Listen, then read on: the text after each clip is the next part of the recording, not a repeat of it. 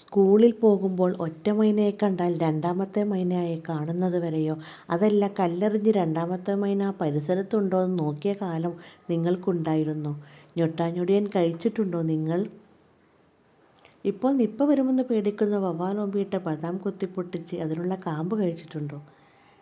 കപ്പമരത്തിൻ്റെ ഇല കൊണ്ട് ഇതുപോലെ മാലയുണ്ടാക്കി കഴുത്തിലിട്ടിട്ടുണ്ടോ നിങ്ങൾ?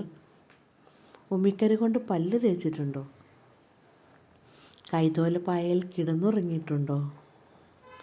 കാറ്റടിച്ച് നാട്ടുമാങ്ങ വീഴുമ്പോൾ പെറുക്കാൻ വേണ്ടി നിങ്ങളിങ്ങനെ മത്സരിച്ച് ഓടിയിട്ടുണ്ടോ? ജീപ്പിലിങ്ങനെ ബാക്കിൽ തൂങ്ങി യാത്ര ചെയ്തിട്ടുണ്ടോ?